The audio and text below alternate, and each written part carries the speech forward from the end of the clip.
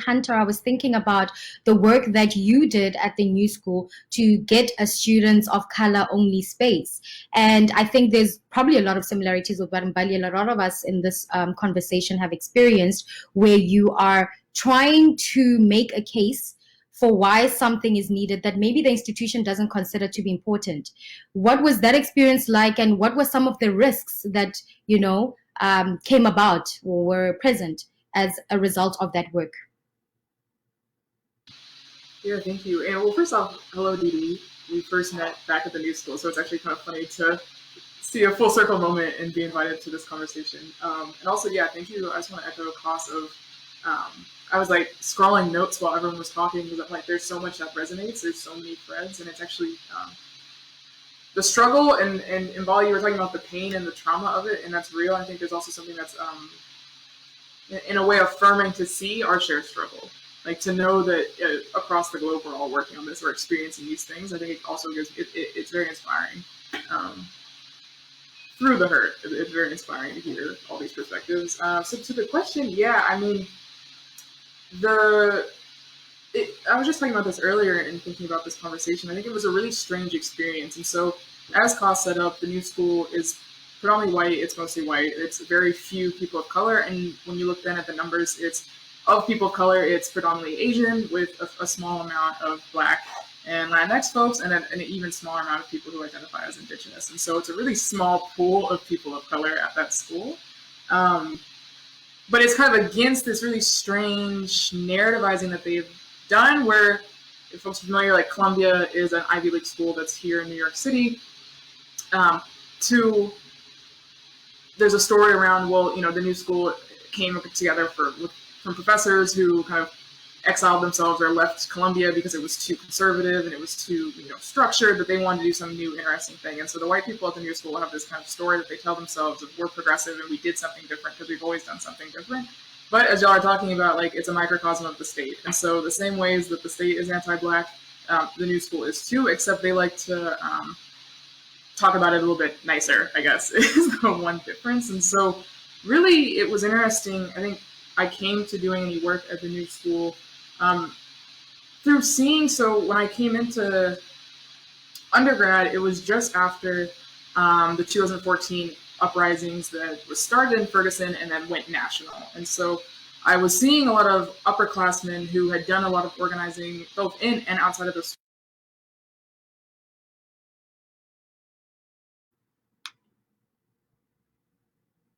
I think Hunter disconnected there for a little while. Are you there, Hunter?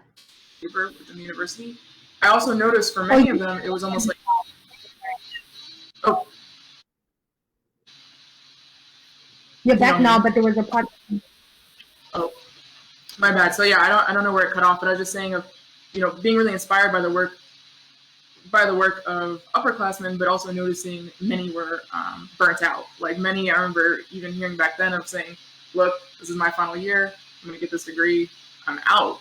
And so as a newcomer, it was a little difficult because I'm like, I want to learn from you and I want to see this work and so that I can get the tools, but there was this deep exhaustion. And so my work initially wasn't so much political in I want to get out there too. It was, how do I contribute to sort of like the restoration? And I think contribute to a project or a group or a space that can sustain us through this. So when the next uprising occurs and when we're fighting in this university for sort of basic respect and basic resources, can we have a collective space where we just feel safer together and build that solidarity like that y'all are talking about too?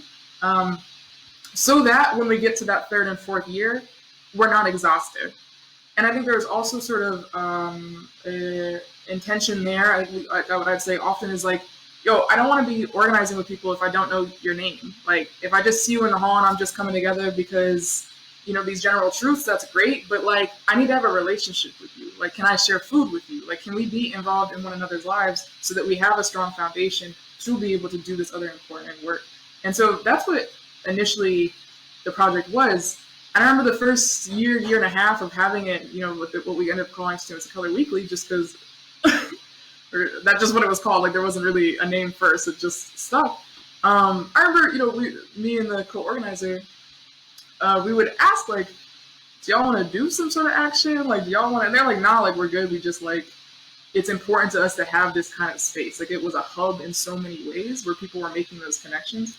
But in the spring, early spring, I can't remember if they initially talked about it in the fall, but in the spring of 2018, there was an opportunity where the school was already naturally going to be doing a remodel of some of its buildings. And so this was sort of a natural moment that we brought of like, hey, look, this little inky dinky 2-part closet that they got us stuck in talking about it's the social justice hub, when really it's all these rich Parsons students. Parsons is the design school. It's all these rich Parsons students who don't give a fuck about Black people. Sorry, I don't know if I can curse. My bad. You can edit that, but don't care about Black people. They're up here using it. We're going to make an argument for more space. It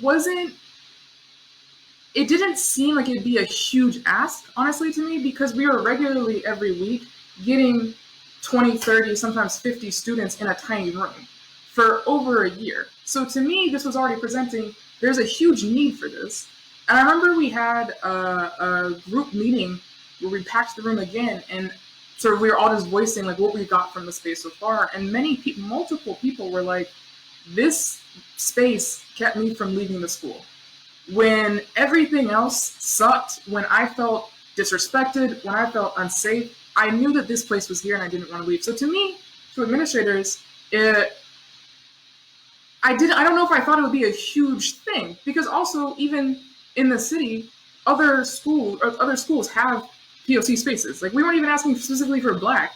And that's also, I'm like, it's not like, what is it? We just want a space for students of color. I think in hindsight, I'd be more specific to see kind of the after effects and the consequences and what happened after the organizing. I think I would have made it more specific to Black only students. But at the time, it was like this dream or like ideal of solidarity, to have a kind of catching space where other people can come together, clear about what anti-Blackness is, and then also sort of be in a shared struggle together.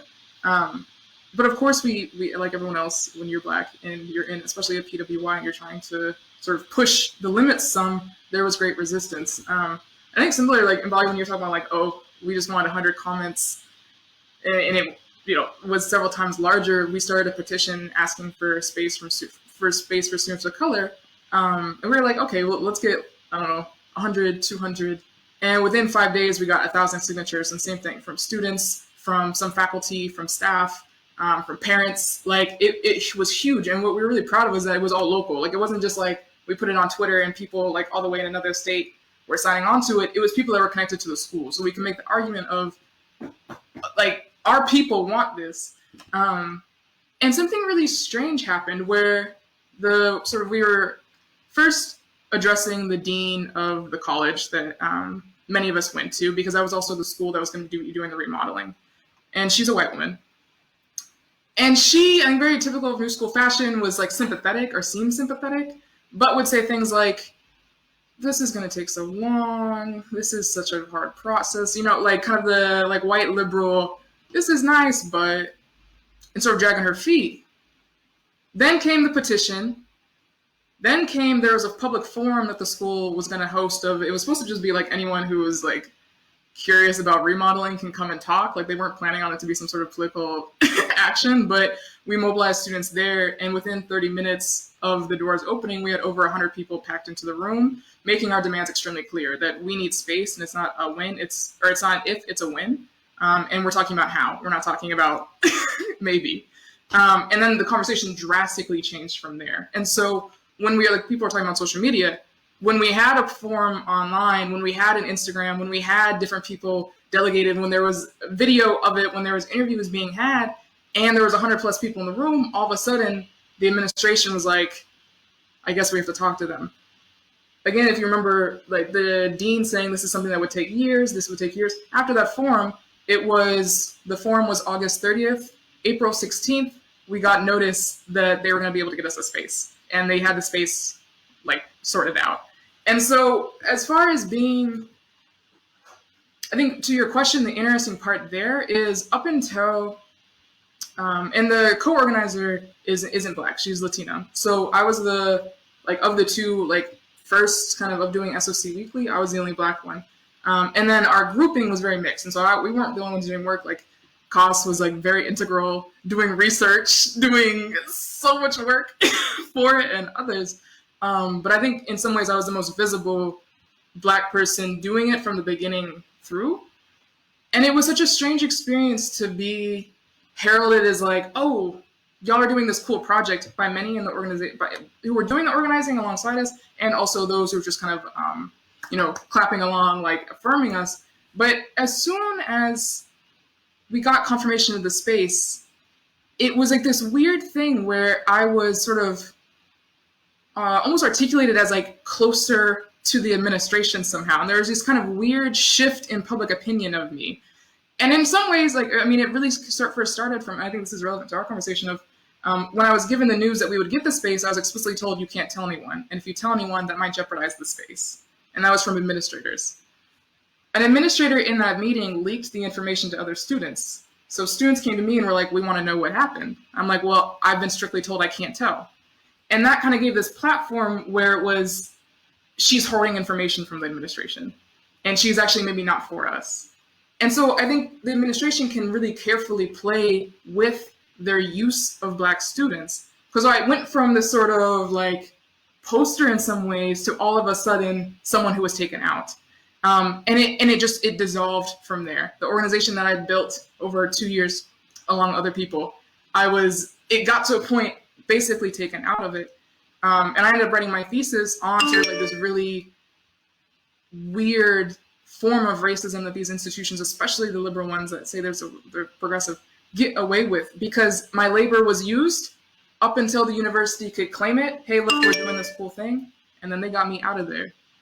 And it was, I mean, like the fallout where like, people, administrators, including and faculty who knew I was doing all this labor, oh, don't worry about missing a class. Don't worry about missing an assignment.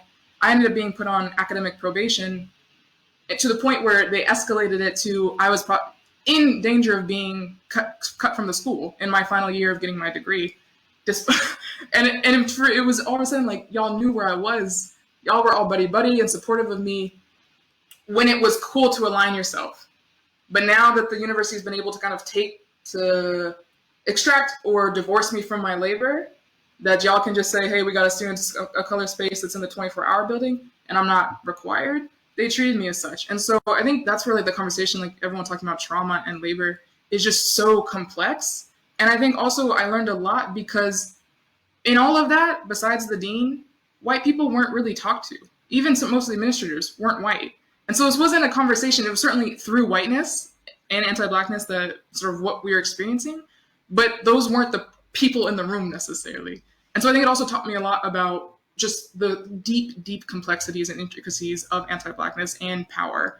And I think the last thing I would share, and just like what we're all talking about, I had this really interesting interaction where a facilitator, an administrator told me like, well, yeah, we've been meeting with y'all, Kos, the co-organizer, and I, before because it seemed like y'all were, a unified base, but now it seems like there's some issues in there. And so she called it, she was like, it seems to be undemocratic. So we actually I'm not going to listen to y'all anymore. And so where there was like this direct line before, but I think it's interesting because it's like, well, nothing is going to be democratic in the university because it's a non-democratic space. But in an administrator acting as if students are the like non-democrats, it's like, it literally doesn't make sense because y'all, like, what form is this leadership? So I think it's like this kind of interesting obscurity where students are, I think, what's the word for it? Like expected to uphold the values that the university purports to, while the university does not actually uphold those themselves. And so I think that's what puts us in such a strange, hard, traumatic position because so much is bearing on our shoulders. So that would be my addition to it. But yeah, again, I'm so curious to hear what other folks are saying because it seems so similar in so many ways. It's just, oof. Yeah, and I think the other interesting thing, Mbali, I'm going to come to you in a second, is that what you described as like at some points in the movement you are considered a hero, and then at other points you're completely villainized based on where you are in the process and who's speaking, whose perception it is.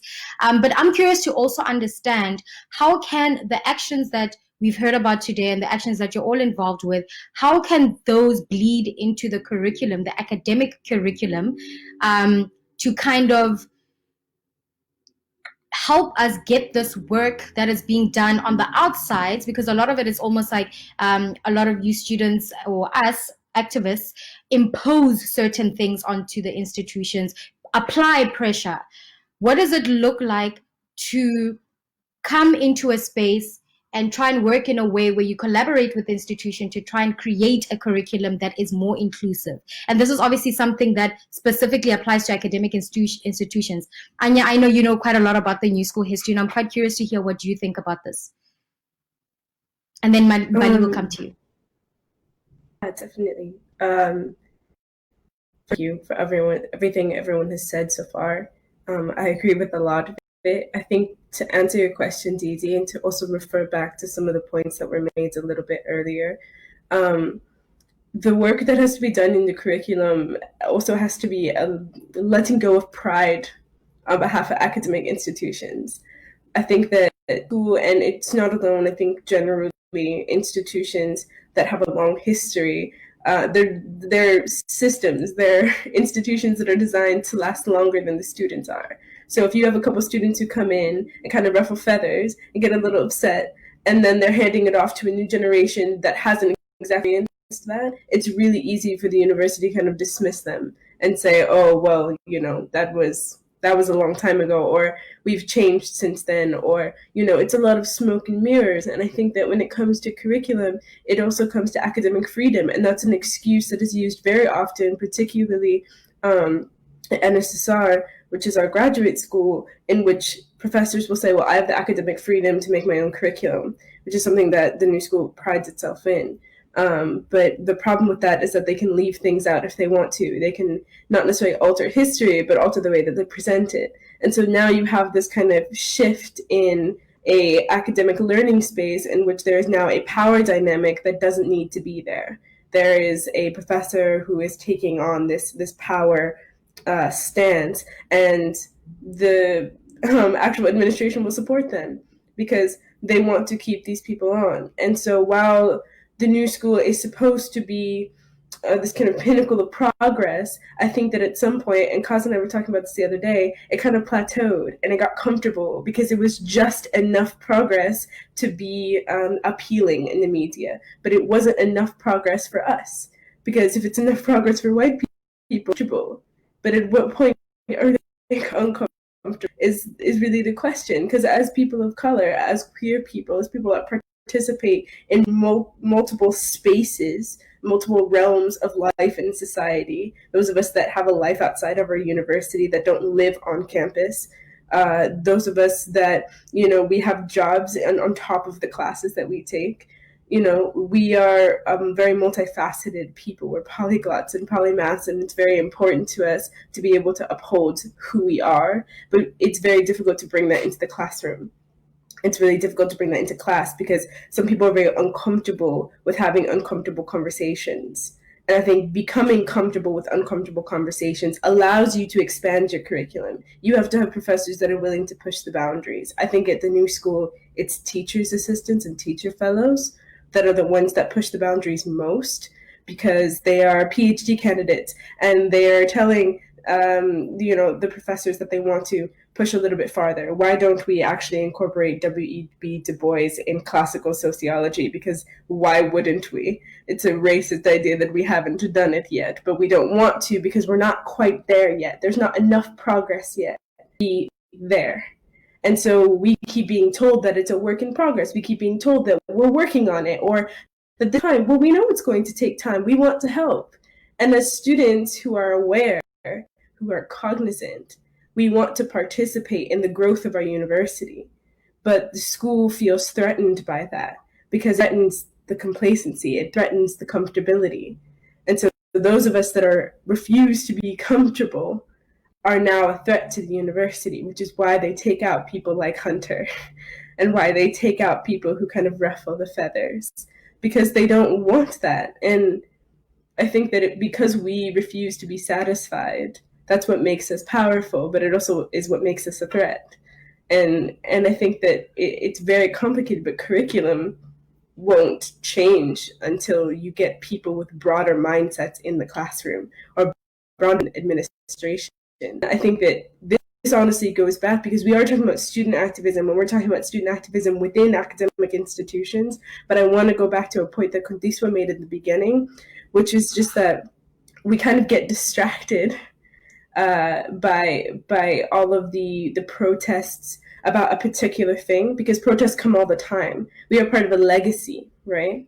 So when we protest on campus, we're also part of a legacy. But one of the biggest problems is that a lot of times we protest for something that is like very tangible, but we're not looking at the kind of policy that allowed for the problem that we had in the first place to be applied. So this could go for police brutality in the US. This could go for academic institutions. This could go anywhere. You say we're protesting because this particular singular event happened, and a lot of these events are starting to pile up, and we're starting to see a pattern here, and we're angry about it. And then we'll protest, and people will get arrested, or people will go to trial, and then we forgot that we kind of need to actually change the policy that allows for a police officer who has a number of complaints against them to be out in the field with a gun.